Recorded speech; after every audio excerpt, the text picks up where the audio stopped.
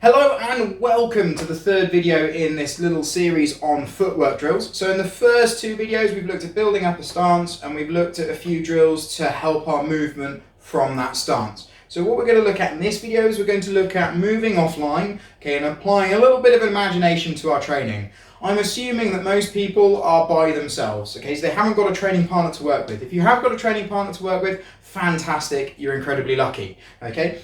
So what I hope everybody does have though is a pair of shoes. If you don't, I feel sorry for you. So what we're going to think about is how can we actually use a pair of shoes to enhance our drills. So all we're going to do is we're going to use them to help our imagination, okay, flourish a little bit. They are my person. So we have a number of different attacks that we do, okay? We've got jab, we've got cross, okay, we've got sort of this orthodox punch from the side. So what you're going to do is you're going to set those feet up, okay, for the punch that you're after. So to start with, I'm just going to go for a cross punch, okay, here. So the feet need to be set up correctly. If you're not sure whether they're set up correctly, just give them a check. Yeah, I'm happy they are set up in the right way. So what I'm going to do is I'm going to set myself up in my stance just a little bit behind where the feet are. Okay, I don't want to be too far away, nor do I want to be too close. But you can play with distance a little bit, and we'll talk about that in another drill in a further video. To start with, okay, we just want to be a little bit further away. So if you were to reach out your fist, it probably touches where the first shoe would be.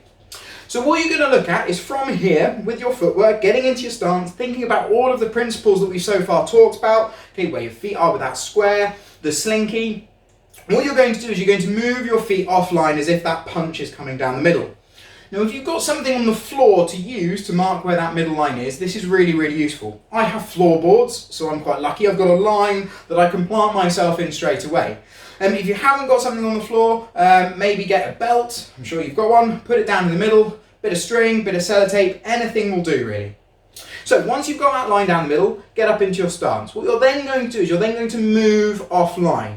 Your foot's going to move and your other foot is going to follow. It's not going to be lazy. You're going to check where you're at. Okay, now where you want to be right now is you want to be completely offline. Okay, so that middle line, your rear foot wants to be past that line. If it's back here, it's being lazy. Yeah, if you're doing this, it's being lazy. And actually right now, if I was to pause myself and think about my stance, all my weight is on this foot, okay? And hardly any is on this, so it doesn't pass my pause test. So what I want to make sure is I'm back to this spot. I move offline, I'm here, I'm in a really confident stance, okay? Again, move off to the other side, okay? This foot, I've swapped my stance around, which is completely fine, but this foot is over that middle line, okay? So it's not being lazy, it's not back here. Again, that wouldn't pass my pause test. So, back to here. You're just going to move offline. Now when you move offline, you might want to move at varying degrees. You might want to move out to the side a little bit further away, or you might want to move closer. That's fine, okay? The main thing is this back foot comes over that line. Just vary your distance, vary your movements, and make sure you're moving that foot, okay? Make sure that whatever that rear foot is, it's getting off that line. Again, if you're lucky enough to have a TheraBand and you want a really good workout, just pop it on, okay? Again, remembering the key point, it wants to be above the knees, okay? It doesn't want to be on the knees.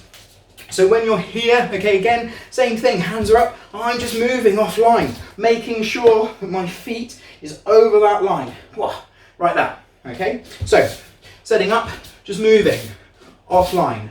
Okay, moving offline. If you want to change the way the feet are set up, so let's say they're going for that orthodox punch, that's fine. What you'll notice about the footwork, it's exactly the same. So it doesn't actually matter how they're stood. Okay, the footwork is the same. For that initial movement offline, it's the same thing. Okay, try and think about that as well when you're doing it. So you can change the feet up, move it around, change what you're doing, mix it up however you like. That was rubbish. Anyway, so this drill, okay, is just another simple little movement onwards, but what we can do is there's quite a lot of advanced sort of imaginary training that we can do just with these feet here. Okay, and we'll look at that in the next video. Okay, so thank you very much for watching. A little bit of a recap of what we've done. Okay, so in this video, we were looking at taking the movement that we've done in the last 2 videos and just applying it to moving offline and providing ourselves with a little bit of imagination stimulus with the feet, okay, to help us train by ourselves. Okay, so thank you very much for watching, and I'll catch you in the next video.